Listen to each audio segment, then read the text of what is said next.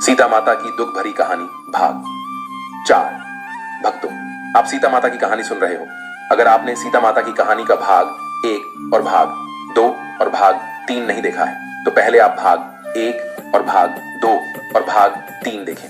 अगर आप भाग 1, 2 रिमा 3 भाग नहीं देखेंगे तो आने की कहानी समझ नहीं आएगी।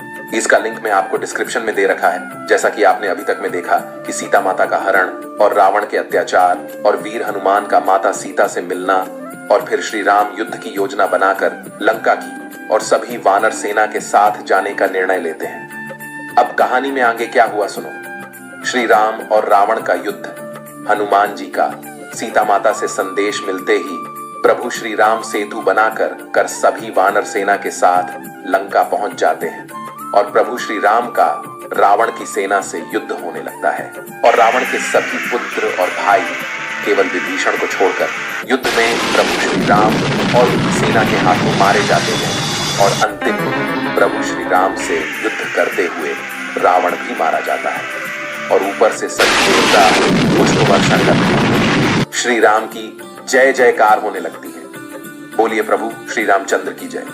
इस प्रकार भक्तों बुराई पर अच्छाई की जीत होती है और यह खबर सुनकर माता सीता बहुत खुश हो जाती है।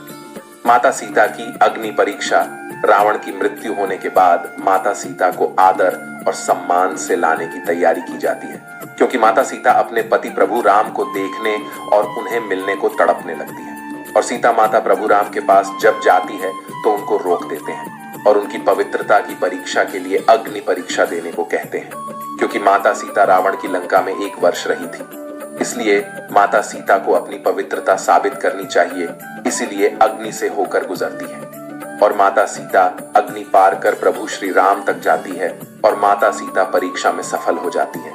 बोलिए माता सीता की जय। इसलिए कहते हैं भक्तों, एक औरत का जीवन बहुत कठिन है समाज में जीने के लिए और इसी बीच प्रभु श्री राम के 14 वर्ष भी पूरे हो जाते हैं और प्रभु श्री राम माता सीता अपने छोटे भाई लक्ष्मण और मित्रों के साथ पुष्पक विमान में अयोध्या प्रस्थान करते हैं। अब भक्तों, आगे की कथा में माता सीता अयोध्या आती हैं और उनके पति श्री राम राजा बनते हैं, माता सीता महारानी, और फिर माता सीता का त्याग और माता सीता का वनवास आपको अगले भाग में बताएंगे, क्योंकि फिर वीडियो ज्यादा बड़ा हो जाएगा, क्योंकि आपका समय हमारे लिए कीमती है। आप अगले भाग को देखने के लिए कृपया हमारे चैनल को सब्सक्राइब करें और बेल आइकन बटन दबा दें। बोले सीता माता की जय।